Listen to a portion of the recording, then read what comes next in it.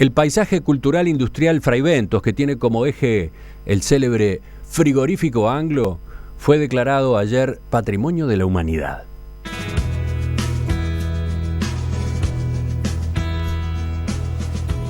La definición fue resuelta por el Comité Patrimonial de la UNESCO, la Organización de las Naciones Unidas para la Educación, la Ciencia y la Cultura, durante su reunión anual que viene celebrándose en estos días en Bonn, Alemania. Una aclaración, esta resolución del día de ayer no solo abarca las instalaciones de lo que fuera el frigorífico, ícono de la revolución industrial en Uruguay, famoso además porque allí se fabricaba el corned beef, no, incluye unas 300 hectáreas porque están abarcados los muelles sobre el río Uruguay, el matadero, los campos contiguos dedicados en su momento al pastoreo de ganado, una escuela, el barrio obrero, las residencias del entonces personal jerárquico del frigorífico y los lugares de esparcimiento. Es el segundo bien material uruguayo que es declarado Patrimonio de la Humanidad luego de que le tocara ese honor al barrio histórico de Colonia del Sacramento en el año 1995. ¿Cómo se llegó a esta declaración? ¿Qué beneficios implica? ¿Qué desafíos trae para el departamento de Río Negro y para el país? Vamos a conversarlo a dos puntas, como decía. Por un lado, con René Boreto, investigador que fue uno de los promotores de esta declaración y a quien saludamos en la capital de Río Negro, justamente en Fraiventos. René, buen día. ¿Qué tal? Buenos días, gracias por la comunicación y a las órdenes. Y por otro lado, el saludo va para el arquitecto Willy Rey, que se encuentra en Alemania, participando de la reunión anual de la UNESCO. Él es director del equipo multidisciplinario que redactó el dossier en que se basó UNESCO para esta decisión del día de ayer. Willy, también, bienvenido. ¿Qué tal, Emiliano? ¿Qué tal, René? No había podido todavía comunicarme con René después de esto que sucedió ayer. Le mando un gran abrazo desde aquí, desde Bonn. Igualmente, Willy. La resolución se sabía, estaba por llegar. Todos los antecedentes indicaban que en esta reunión de la UNESCO en Bonn, Alemania, iba a ocurrir, pero no se sabía exactamente cuándo. Las deliberaciones se extienden por varios días. Por eso, en Fraiventos se había exhortado a la población a estar pendiente, ¿no? Porque el festejo había que organizarlo repentinamente cuando la noticia arribara. ¿Cómo fue eso ayer entonces, René? Bueno, efectivamente, a través del Museo de la Revolución Industrial se había hecho todo un plan, un proyecto que ahí estaba pendiente de lo que sucediera en Bonn. Para eso habíamos convocado a una vigilia que al fin y al cabo no fue tanto como vigilia, sino que fue ya meternos de hecho en un festejo donde salieron las campanas al vuelo, la gente con vehículos con sirenas, digamos algo así como Uruguay en sus momentos deportivos importantes, convocó a la comunidad que inmediatamente, después de reunirnos en un ícono para Fraiventos como es el Kiosco de la Reina en la Plaza Constitución, desde ahí se desplazó la caravana hacia el viejo frigorífico Anglo, y ahí al lado del gran puerto ultramarino por donde el Anglo exportaba todas sus cosas, ahí se hizo un breve acto con vecinos y, en fin, muy emotivo, evidentemente. La hora de la noticia no estuvo tan mal, ¿no? Porque permitió que la gente almorzara y después de almorzar, supongo, ya se enteraron de esto y pudieron salir a festejar durante la tarde con el solcito calentando, la mejor hora con estos días tan fríos.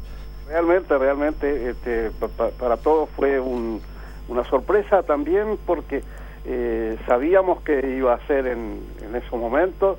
Por suerte tuvimos la posibilidad de seguirlo muy de cerca a través de una transmisión en vivo y en directo que hizo UNESCO a través de su sitio web. Vayamos a los antecedentes. Rosario, tus preguntas por este lado, ¿cuáles son? Bueno, en realidad decirles que esto era una fija, porque tenía un informe anterior de ICOMOS que estaba recomendándolo, así que quienes ya se fueron, sorpresa no, es decir, en todo caso la comprobación de que finalmente un trabajo que llevó mucho tiempo había culminado con éxito. Pero hablemos de ese trabajo, Willy, porque tú me habías contado en su oportunidad que se trató de mucha gente trabajando desde distintas disciplinas y al cabo de mucho tiempo, ¿verdad? Sí, exactamente. Un dossier normalmente es un trabajo multidisciplinario porque en los bienes patrimoniales intervienen aspectos de orden inmaterial, material, científico, humanístico, y bueno, eso implica evidentemente la necesidad de coparticipación de distintos actores profesionales en la realización de ese dossier. Por supuesto que también hay aspectos económicos, aspectos de gestión, aspectos financieros, aspectos sociales.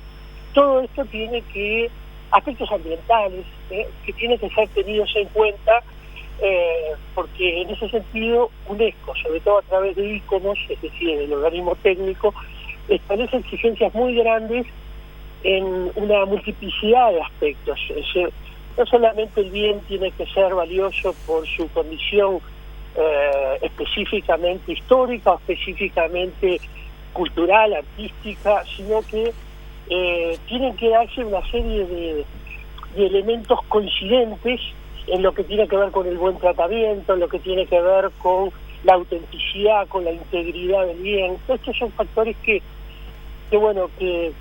al momento de evaluar un bien de estos son muy, muy considerados. Willy, pero además hubo un ida y vuelta, es decir, ustedes enviaban parte del trabajo y ICOMOS pedía más cosas, ¿fue algo así? Sí, vamos a aclarar lo siguiente que es importante. A diferencia de Colonia no requirió un dossier de este tipo. O sea, era un tiempo donde UNESCO identificaba estos bienes y los integraba a la lista de patrimonio mundial sin un dossier de estas características. Básicamente se pedía un inventario, un informe, y después habían unas visitas, inspectivas, pero no había más nada. Se decidía por sí o por no.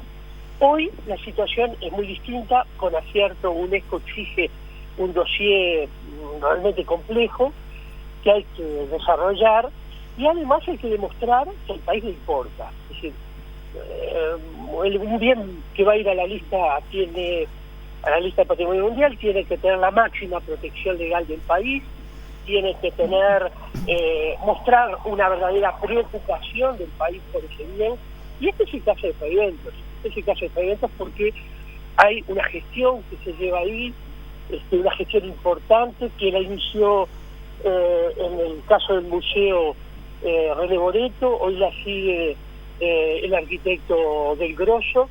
O sea, hay un trabajo en continuidad que va dando, sus frutos, sus efectos, y entonces, como que hay, por un lado, un componente técnico complejo, pero por otro tienen que irse dando muestras de una buena gestión. Y repito, es el caso de Perú. Es un proceso que llevó 10 años, ¿verdad?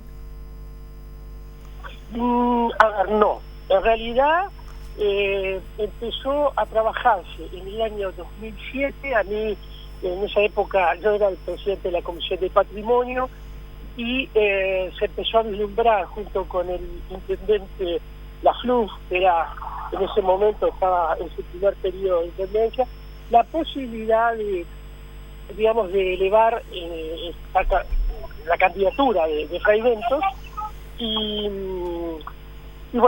ahí empezó un trabajo conjuntamente con el Ministerio de Vivienda, el Ministerio de Cultura y la Intendencia.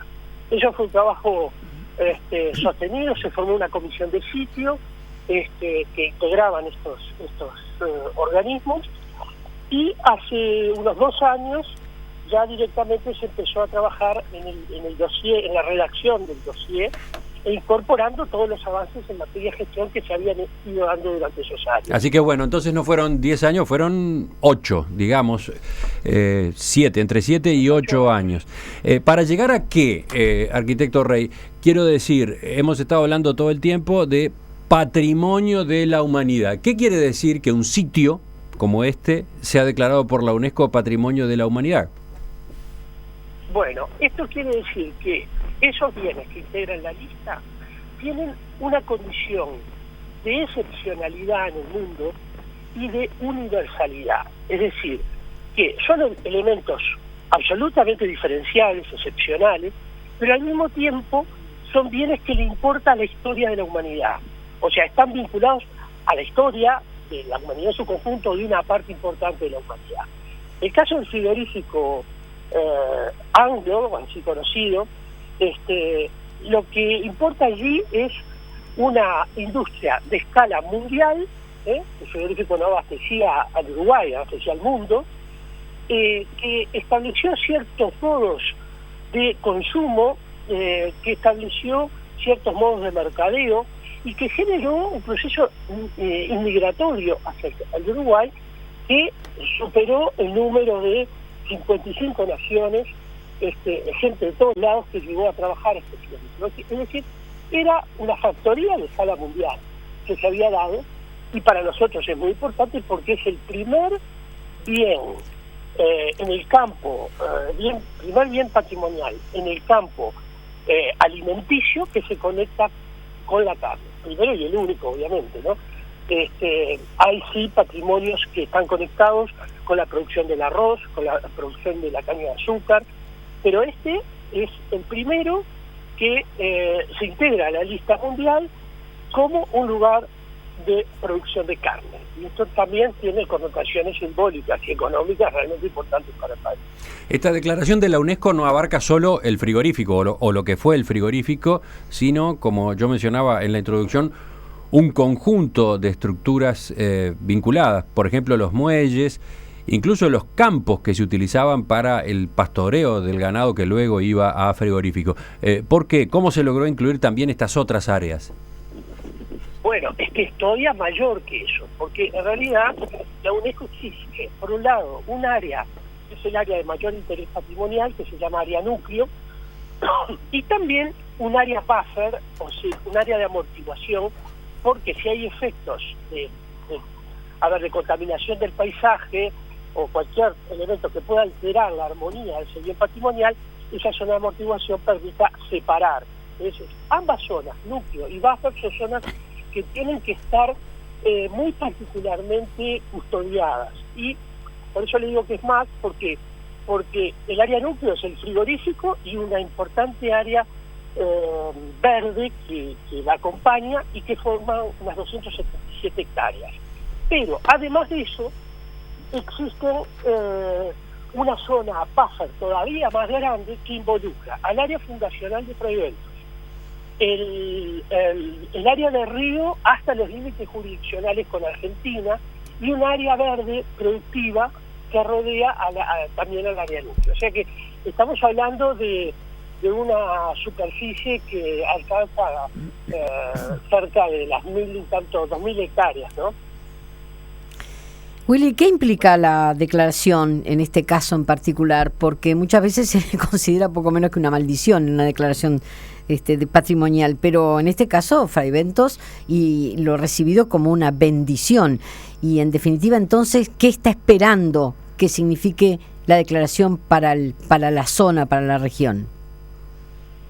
Bueno, a ver, yo creo que es realmente un bien lo que nos ha pasado, porque una declaratoria de este tipo implica el reconocimiento de una excepcionalidad en el mundo muy grande. Al momento hay 1.007 lugares en la lista mundial.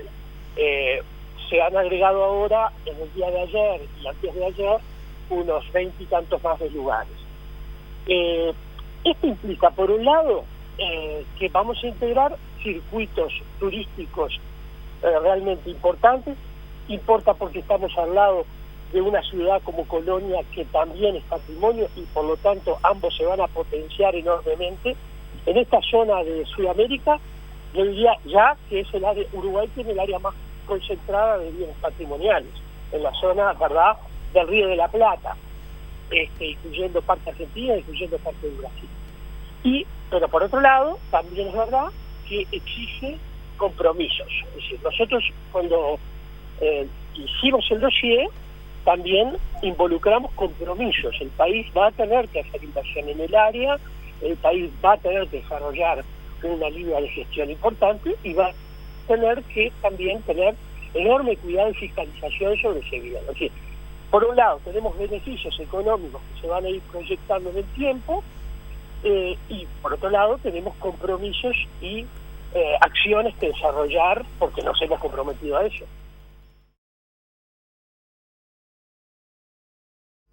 Estamos conociendo qué implica esta resolución que tomó la UNESCO ayer y que declara Patrimonio de la Humanidad una zona muy querida por la gente del departamento de Río Negro y, bueno, por la población de todo el país en general, el paisaje cultural industrial Fraiventos.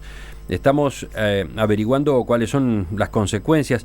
Está claro, arquitecto Rey, el movimiento turístico que puede provocar una decisión como esta que ahora estamos examinando. La experiencia hasta ahora habla de que puede producirse un aumento de 40% en la presencia de visitantes del exterior. Esos son los antecedentes, ¿no? Sí, exactamente. Normalmente hay un crecimiento que va produciéndose de forma más pautada, relativa en los primeros años, pero que va consolidándose a medida que las rutas turísticas empiezan a incorporar al sitio como parte de los atractivos, ¿no? Pero bueno, tanto con Willy Rey como con René Boreto me gustaría que enseguida profundizáramos un poco más en esto. Por ejemplo, la gente puede creer que hay acá fondos de la UNESCO que van a aplicarse para las obras que hay que llevar adelante en lo que fue el predio del frigorífico Anglo. ¿Es así? ¿De dónde saldrá el dinero en el caso de nuestro país? ¿Cuáles son las obligaciones que se asumen? ¿Cuáles son los próximos pasos? Bueno, con esos puntos enseguida retomamos.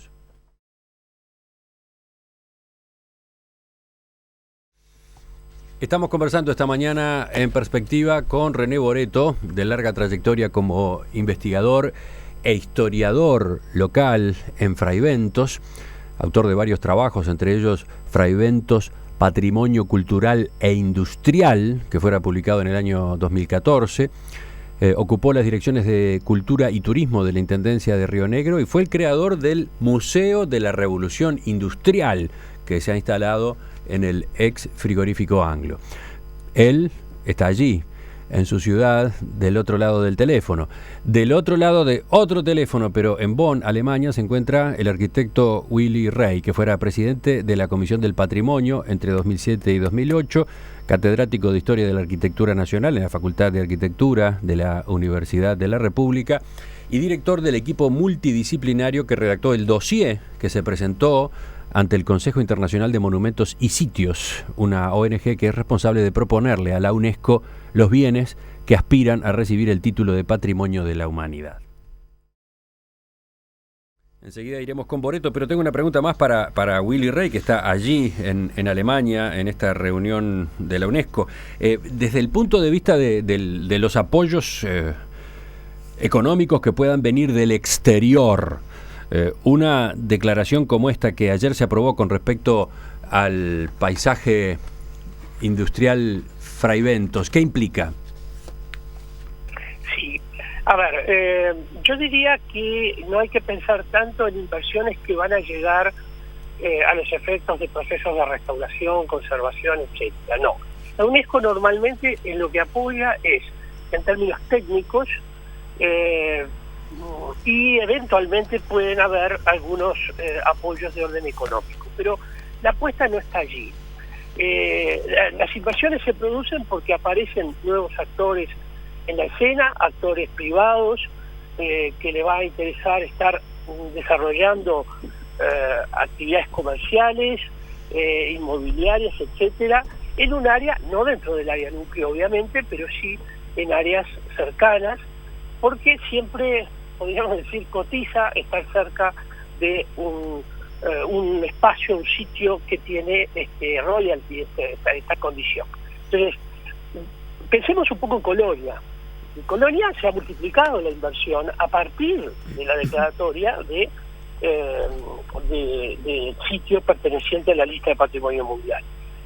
Es decir, se canalizó rápidamente, yo diría, y cada vez más, inversión hacia un área que tiene esa condición. Esa condición es un valor y tenemos que tenerlo en cuenta. Por otra parte, nos exige a nosotros invertir, es decir, tenemos que empezar a invertir en el área, tenemos que desarrollar actividades internas, por ejemplo, dentro del área industrial, con programas que sean razonables, que digamos la capacidad de carga del lugar lo acepte, lo soporte. De hecho esto ya ha empezado, el LATUS ha instalado allí, la futura UTEC viene también al sitio. Todos estos son elementos fundamentales porque le van a dar movimiento, le van a dar presencia de gente, uso, y todo esto es fundamental para el patrimonio. Pero ¿existe alguna estimación de cuáles son las inversiones que se requiere todavía para acondicionar las construcciones históricas, varias de las cuales todavía están en un deterioro importante, ¿no? Sí, es verdad, pero digamos que no todo se tiene que llevar a un estado nuevo. Uno cuando supone que algo se va a restaurar tal cual era, y eso no tiene demasiado sentido.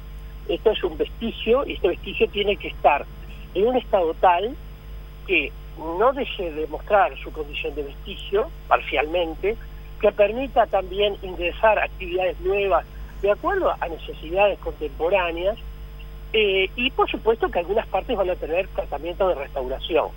Pero no pensemos en que este frigorífico va a estar como lo podía estar en los años 60, ya en la última etapa. No, esto no va a suceder. Entiendo, pero igual, ¿hay algún número? ¿Qué números manejan ustedes en cuanto a la inversión que todavía falta?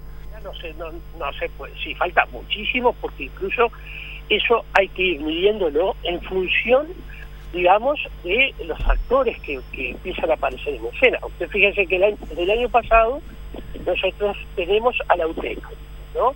La UTEC que se va a integrar dentro del núcleo industrial. Esto es interesante, pero todavía no sabemos el dimensionamiento que va a tener o que va a alcanzar, hasta dónde va a llegar esto. Y todo esto, bueno, tiene que ver con un proceso de tiempo. No se puede hacer evaluaciones económicas en ese orden, ¿no? Willy, la declaración del dossier también implicaba presentar un plan de gestión para el lugar. Con esto que estamos hablando, estamos dando cuenta de que no se intenta congelar el sitio, sino por el contrario, revitalizarlo. Entonces, ¿en qué consiste ese plan de gestión? ¿A qué están obligados de acuerdo a lo que le plantearon a UNESCO? Bueno, está bien. Ese es un componente fundamental del dossier. Es el capítulo 5, digamos, del dossier, que a su vez muchas veces se presenta separado.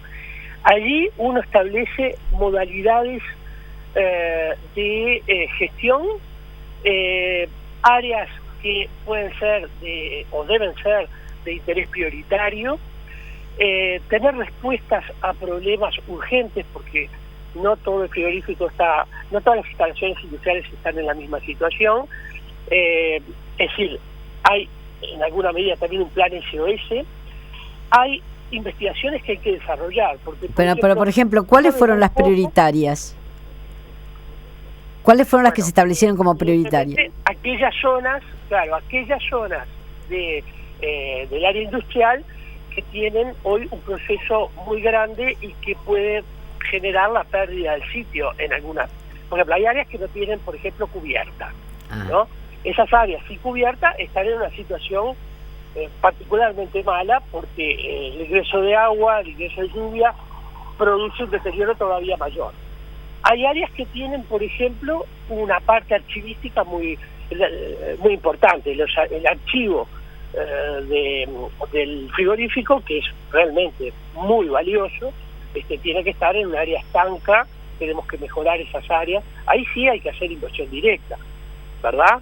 De hecho, mucho ya se ha hecho, pero hay que continuar. Es un trabajo permanente. Entonces, y las investigaciones son muy importantes también, porque sabemos poco de alguna parte de la historia y de muchos bienes, por ejemplo, que hay debajo del río. Es decir, tenemos, y ahora esto fue uno de los pedidos y recomendaciones que nos hicieron, hay que desarrollar investigación subacuática. Y lo digo en dos sentidos. Una, porque tenemos que hacerlo. Y otra, porque el Uruguay todavía no ha firmado la Convención del Patrimonio Subacuático. Y esto es importante, tenemos que tenerlo en cuenta, tenemos que ir pensando que tiene que ser así y tenemos que trabajar también en esa línea. ¿Pero qué es lo que se va a buscar allí, en el agua? No, yo cito esto simplemente como ejemplo, ¿no? Por ejemplo, evidentemente hay muchísimos restos que están en la zona vinculada al muelle, eso requiere un proyecto específico y hay que desarrollarlo. Podríamos decir lo mismo de cierto patrimonio que puede estar enterrado. Realmente son muchas las líneas que tenemos que desarrollar, acompasadamente, ¿no? Nadie nos pone un revólver en el pecho y nos dice esto tenemos que resolverlo en tanto tiempo. Sí tenemos que tener ya armados los proyectos de investigación. Eso sí, tenemos que tenerlo armado para diciembre del 16. Volvemos a Fraiventos ahora con René Boreto. Veía unas declaraciones del intendente electo, Óscar Terzaghi, que dijo que las visitas al frigorífico Anglo formarán parte de una ruta turística vinculada con la industria del litoral, además de riquezas naturales que tiene el departamento, como áreas protegidas en la zona de Nuevo Berlín o el balneario Las Cañas. ¿Han avanzado en esta dirección? Bueno, mira, precisamente una de las cosas a las cuales hay que apuntar es a no dejar este esquema de Fraiventos como una burbuja, sobre todo teniendo en cuenta de que lo que se acaba de demostrar es que lo más importante de la región binacional transfronteriza con Argentina, lo más representativo de la actividad que se cumplió acá durante más de 300 años con el manejo de todo lo que es la industria agroalimentaria, todo eso ha generado en ambos lados del río Uruguay una cantidad de lugares que pueden ser motivos de una conexión turística cultural.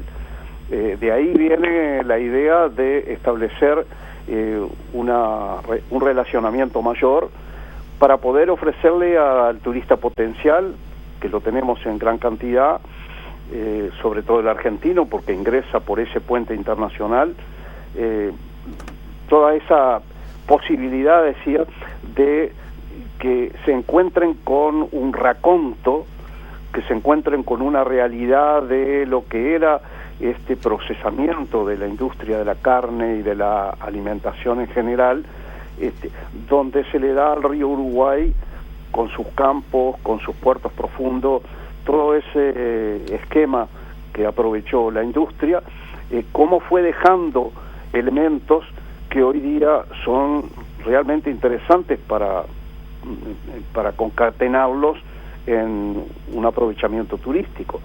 Quiere decir que no se puede dejar de lado a Fraiventos solamente como un sitio o como un lugar de convocatoria concreta y específica, sino lo más importante, me imagino que va a ser utilizarlo para potenciar todo lo que hay en los alrededores, ¿no? Para terminar, ahora, ¿cómo sigue todo este proceso? ¿Cuáles son los próximos pasos que ustedes tienen previstos en Río Negro? Bueno, hay que tener en cuenta una cosa que hay que hacerlo notar, y es la presencia de esa comisión de gestión que mencionaba Willy en principio. Desde 2008 esta comisión está creada con 2 delegados de la Intendencia Municipal, un delegado de la Comisión de Patrimonio Histórico Cultural de la Nación y un delegado de la DINOT, que es la Dirección Nacional de Ordenamiento Territorial. Esa comisión de gestión ya ha sido considerada por la Comisión Nacional de Patrimonio como comisión de sitio o como la base de la comisión de sitio. Ahí hay un tremendo trabajo de tipo administrativo, de adecuación de toda esta realidad para poder llevar la defensa del sitio a una realidad palpable, sobre todo teniendo en cuenta lo que se conversaban ustedes con Willy, ese impacto probable que pueda causar no solamente el movimiento de turismo, sino también la apetencia de los privados en cuanto a la parte de construcciones o la parte económica que va de la mano de los negocios que se desean instalar en la zona, ¿no?